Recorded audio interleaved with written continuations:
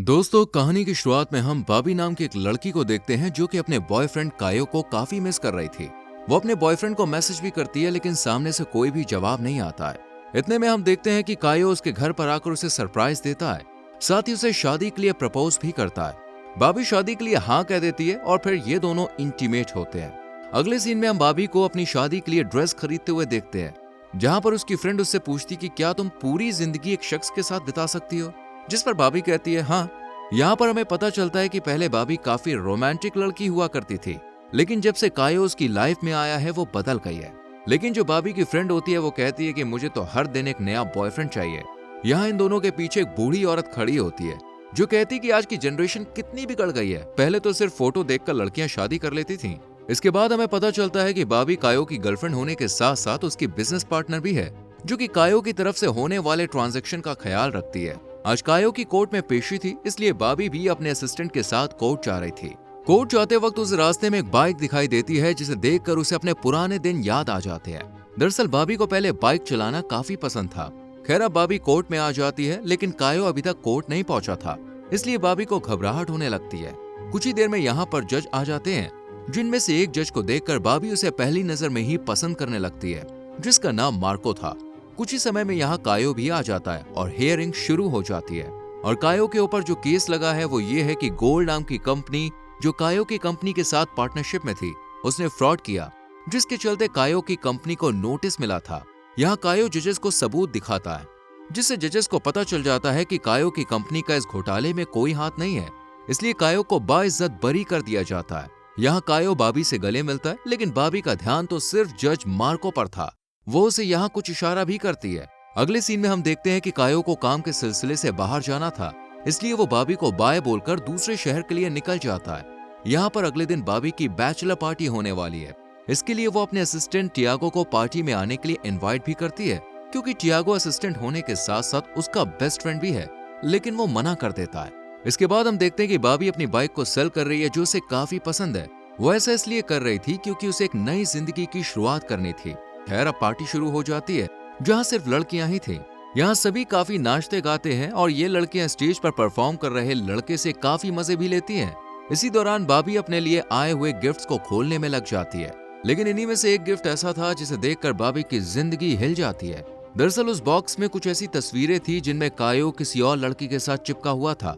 ये देखकर बाबी को बहुत गुस्सा आता है और वो खुद को बाथरूम में बंद कर लेती है, लेकिन तभी उसकी फ्रेंड टियागो को कॉल करके बुलाती है, जिसके समझाने पर वो बाथरूम से बाहर आ जाती है। लेकिन तभी उसे कायो पर काफी गुस्सा आ रहा था, इसलिए वो अपने दोनों दोस्तों के साथ कायो के ऑफिस पहुंच जाती है।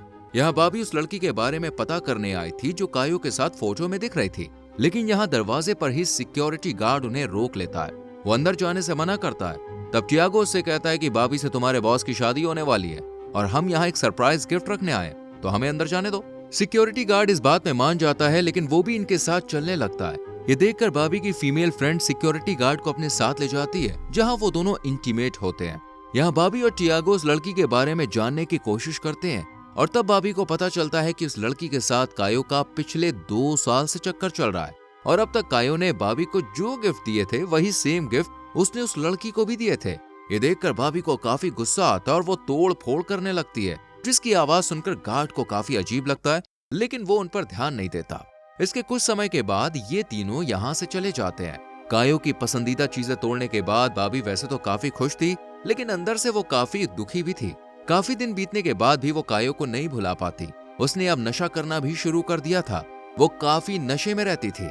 एक दिन जब बाबी की फ्रेंड यहाँ पे आती है तो वो बाबी की ऐसी हालत देखकर उसे एक नया लुक देने के लिए पार्लर ले जाती है, जहाँ से बाबी की लाइफ बदल जाती है। वो अब कायो के साथ बिजनेस नहीं करना चाहती थी, बल्कि एक नई जिंदगी शुरू करना चाहती थी। इसके बाद बाबी एक फाइल लेने के लिए कोर्ट में जाती है, जिसे वो कुछ समय पहले कोर्ट में भूल गई थी।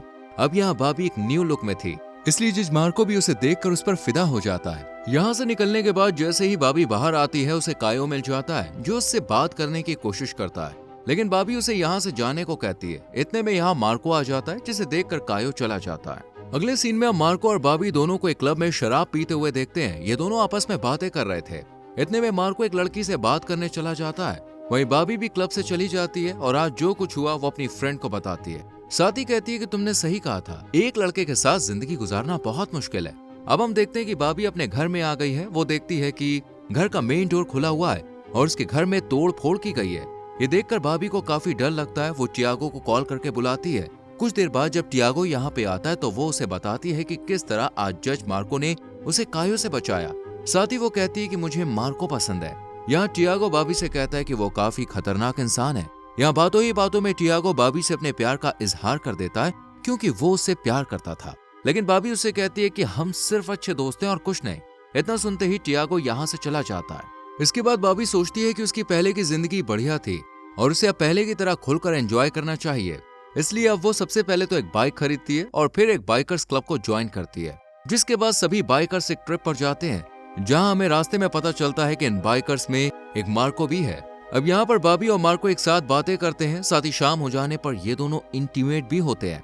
सुबह होती है तो हम देखते हैं कि मार्को कहीं चला गया है। इसके कुछ समय के बाद भाभी भी बाइक राइड के लिए तैयार हो जाती है। तभी एक लड़का उसके पास आता है और उससे कहता है कि मार्को काफी अजीब इंसान है, इससे दूर रहना तुम्हारे लिए यही ठीक होगा। ये सुनकर भाभी को काफी अजीब लगता है। अगले सीन में हम भाभी को उसके ऑफिस में देखते हैं, जहां उसे एक मेल आता है जिसमें कल रात की उसकी और मार्को के इंटीमेट होने की वीडियो थी।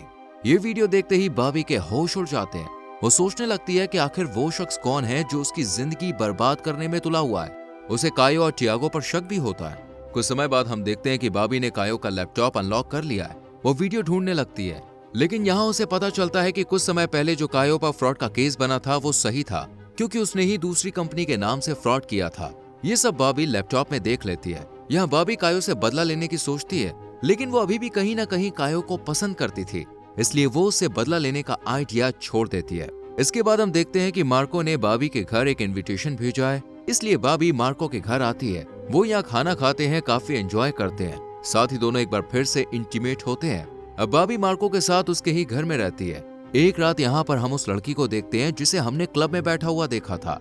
वो लड़की जज मार्को की पत्नी थी, जिसका नाम पौला है। यहाँ पौला भाभी को काफी उल्टा सीधा बोलती है और जब भाभी को ये पता चलता है कि मार्को एक शादीशुदा आदमी है तो वो बाइक लेकर यहाँ से निकल जाती है। भाभी बाइक को काफी स्पीड में चलाती है, जिसकी वजह से उसका एक्सीडेंट हो जाता है। अगले सीन में हम भाभी को हॉस्पिटल में देखते हैं, जहां उसका इलाज चल रहा था और काफी दिनों के बाद भाभी ठीक हो जाती है तो उसे घर भेज दिया जाता है। यहाँ जब भाभी अपने घर आती है तो देखती है कि जज मार्को उसके घर के बाहर खड़ा हुआ है। वो उसे देखकर काफी दुखी और गुस्सा होती है।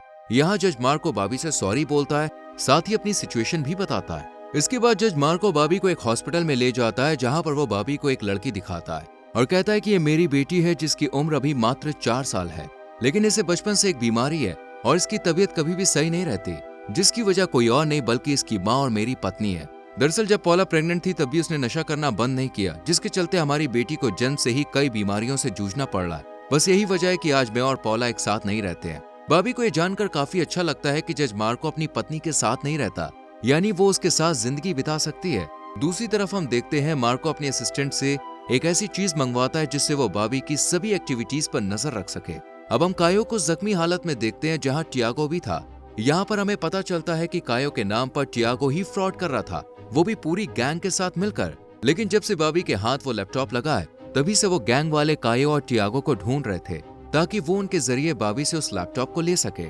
यहाँ पर ये दोनों भाभी को मारने का प्लान बनाते हैं और इनकी ये बात मार्को भी सुन लेता है, क्योंकि वो भी भाभी के सभी दोस्तों पर नजर रख रहा था। अब यहाँ मार्को भाभी को कॉल करता है, लेकिन वो इसका कॉल पिक नहीं करती।